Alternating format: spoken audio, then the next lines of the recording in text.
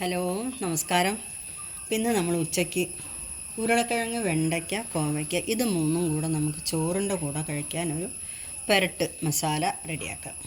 അപ്പോൾ ഇതിനകത്ത് 2 സ്പൂൺ വെളിച്ചെണ്ണ ഒഴിച്ചിട്ടുണ്ട്. ഇത് ചൂടായി. ഇതിലേക്ക് നമുക്ക് ഒരു 1/4 ടീസ്പൂണ് ചെറിയ ജീരകം പൊടിച്ചതാണ്.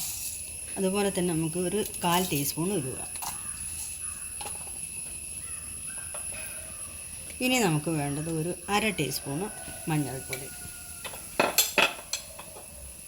പിന്നെ അതുപോലെ തന്നെ 1/2 ടീസ്പൂണ് മുളക് പൊടി,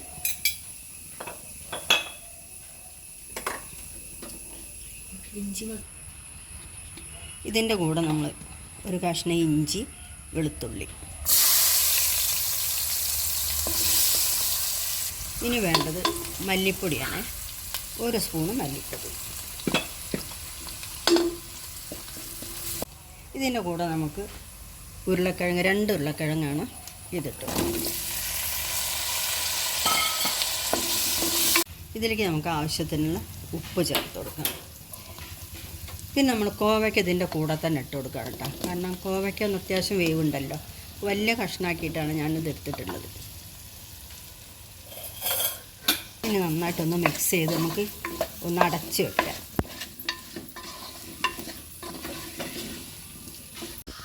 അപ്പോൾ നമ്മൾ ഉരുളക്കിഴങ്ങ്, കോവയ്ക്കൊക്കെ പകുതി വേവ് ആയിട്ടുണ്ട്.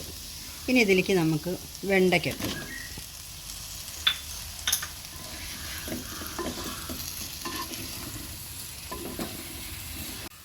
ഇതിലേക്ക് നമുക്ക് 2 തക്കാളി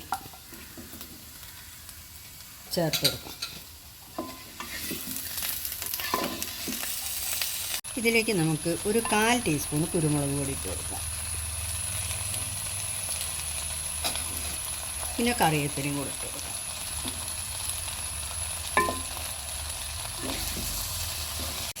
അപ്പോൾ അതേ നമ്മളെ വെണ്ടയ്ക്ക, കോവയ്ക്ക എല്ലാം കൂടെ നന്നായിട്ടൊരു പെരട്ടുണ്ടാക്കിയിട്ടുണ്ട്. അപ്പോൾ നമുക്കിത് റെഡിയായി. ഇനി നമുക്കിത് പ്ലേറ്റിലേക്ക് മാറ്റി കഴിക്കാം. നമ്മളൊരു പ്ലേറ്റിലേക്ക് മാറ്റിയിട്ടുണ്ട്. ഇത് നമുക്ക് ചോറിൻ്റെ കൂടെ കഴിക്കാൻ നല്ല ടേസ്റ്റാണ് കേട്ടോ. ഉരുളക്കിഴങ്ങ്, വെണ്ടയ്ക്ക, കോവയ്ക്ക, പ്രത്യേകിച്ചും മസാല നല്ല ടേസ്റ്റാണ്. അപ്പോൾ എല്ലാവരും ഇതുപോലെയൊക്കെ ഒന്ന് ട്രൈ ചെയ്ത് നോക്കുക.